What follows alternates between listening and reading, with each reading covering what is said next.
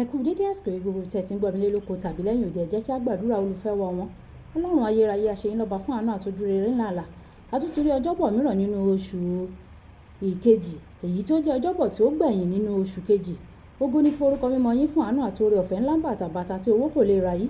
A gbàdúrà wípé ayọ̀ yóò bọ́ sínú ayé wa. Ìṣerere, ìtẹ̀síwájú àti àlùyọ àti ìgbéga ńlá yóò bọ́ sínú ayé wa lénìí ní orúkọ Jésù. Ọ̀rọ̀ tá ó sì gbọ́ lénìí, a ó jẹ́ olùgbọ́ àti olùṣe ọ̀rọ̀ náà ó. Torí tí a gbàdúrà lórúkọ Jésù Kristi Olúwa wa, àmín. Ìwé ọ̀run ṣíṣí tí a tẹ ọwọ́ olùṣọ́ àgùntàn yìí náà kọ Adéjàre Adébóyè kọ èní ọjọ́bọ̀ ọjọ́ 26 oṣù kejì. Àkòrí tí a ó gbéyẹ̀wò sọ pé ó mọ ohun láti ṣe. Ó mọ ohun láti ṣe. A mú àkọ́sórí wa nínú orin Dáfídì orí 24 ẹsẹ̀ 17. Ìwé Bíbélì kíkà Jòhánù orí 6 ẹsẹ̀ 5 dé 13. Bíbélì ní ọdún kan Dítalórómì orí 16 títí dé 19. Orin 30 gbà tá a bá Ọlọ́run rìn.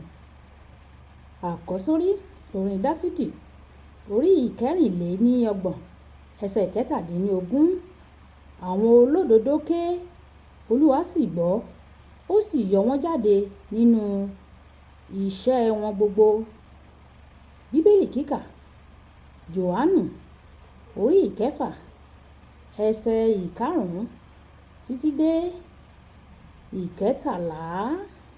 Ǹjẹ́ bí Jésù ti gbé ojú rẹ̀ sókè tí ó sì rí ọ̀pọ̀ ènìyàn tó wá sọ́dọ̀ rẹ̀, ó wí fún Fílípì pé, níbo ni a ó ti ra àkàrà kí àwọn wọ̀nyí lè jẹ? Òun sì sọ èyí láti dán wò ni o, nítorí òun tìkálára rẹ̀ mọ ohun tí yóò ṣe. Fílípì dá lóhùn pé àkàrà 200 owó idẹ kò tó fún wọn, tí olúkúlùkù wọn ìbá fi mu díẹ̀díẹ̀.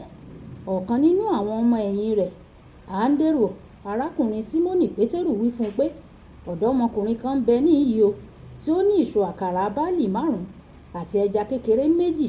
Ṣùgbọ́n kí ni wọ̀nyí jẹ́ láàrin ọ̀pọ̀ ènìyàn wọ̀nyí bí èyí? Jésù wí pé, ẹ mú kí àwọn ènìyàn náà jókòó. Koríko púpọ̀ sì wà níbẹ̀. Bẹ́ẹ̀ ni àwọn ọkùnrin náà jókòó ní ìwọ̀n 70 ènìyàn ní iye. Jésù sì mú ìṣù àkàrà wọn nì. Nígbà tí ó sì ti dúpẹ́, ó pín wọn fún àwọn ọmọ ẹ̀yìn rẹ̀. Àwọn ọmọ ẹ̀yìn rẹ̀ sì ń pín fún àwọn tí ó jókòó gẹ́gẹ́ bẹ́ẹ̀ náà ni ẹja ní ìwọ̀n bí wọ́n ti fẹ́. Nígbà tí wọ́n sì yó, ó wí fún àwọn ọmọ ẹ̀yìn rẹ̀ pé, ẹ kó àjẹkù tí ó kù jọ, kí ohunkóhun kí ó má ṣe ṣègbé. Bẹ́ẹ̀ ni wọ́n kó wọn jọ. Wọ́n sì fi àjẹkù ìṣù àkàrà báálì 5 náà kún àwọn agbọ̀n 12, èyí tí ó ṣíkù fún àwọn tí ó jẹun. Wàyí, ẹ tẹ́tí bẹ̀rẹ̀ jẹ́ láti gbọ́ ohun tí olùṣọ́ àgùntàn yín náà kọ Adéjàre Adébóyè ní fún wa ní èní ọjọ́bọ̀. Nínú ìwé Ọba kejì orí 5 ẹsẹ̀ 9 dé 14. Nígbà tí Námánì lọ sọ́dọ̀ Èlíṣà ní ìfẹ́ láti gba ìwòsàn kúrò nínú àrùn ẹ̀tẹ̀ rẹ̀, ó ní ìrètí pé wòlíì yóò jáde wá kó sì fi ọwọ́ rẹ̀ lé òun lórí.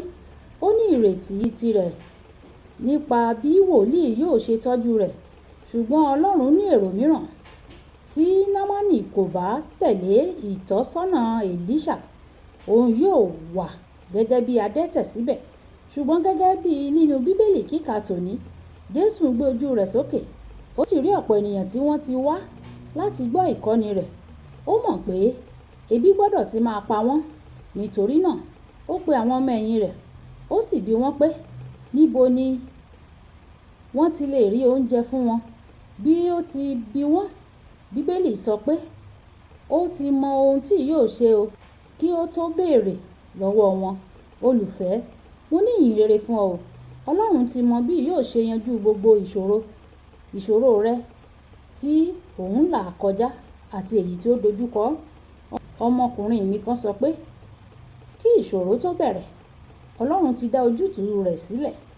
Ó ti dá ojútùú náà ṣáájú ìṣòro náà kó tó farahàn. Ọlọ́run ní ojútùú fún gbogbo ìṣòro ṣáájú kí àwọn ìṣòro tó dé.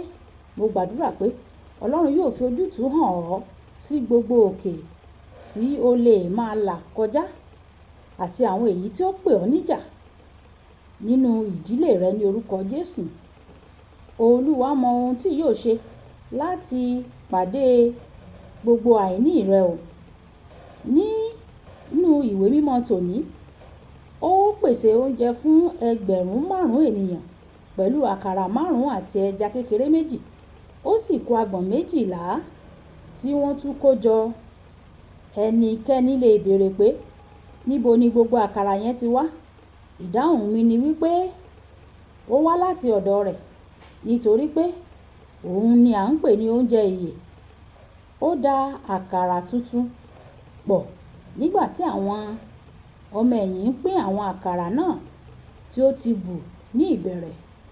Ní orúkọ ẹni tí ó pè mí, ìwọ yóò ní ju ohun tí o tó lọ ṣáájú ọdún yìí, kí ọdún yìí tó parí ní orúkọ Jésù.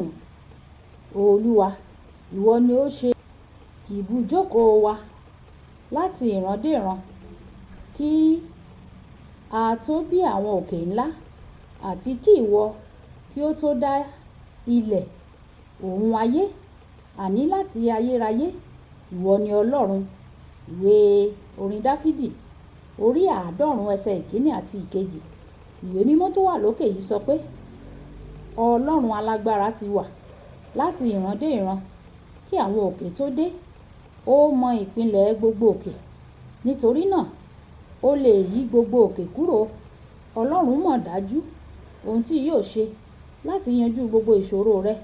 Nítorí náà pè é kí ó ràn ọ́ lọ́wọ́ láti borí ìṣòro tó lè dojúkọ ọ́.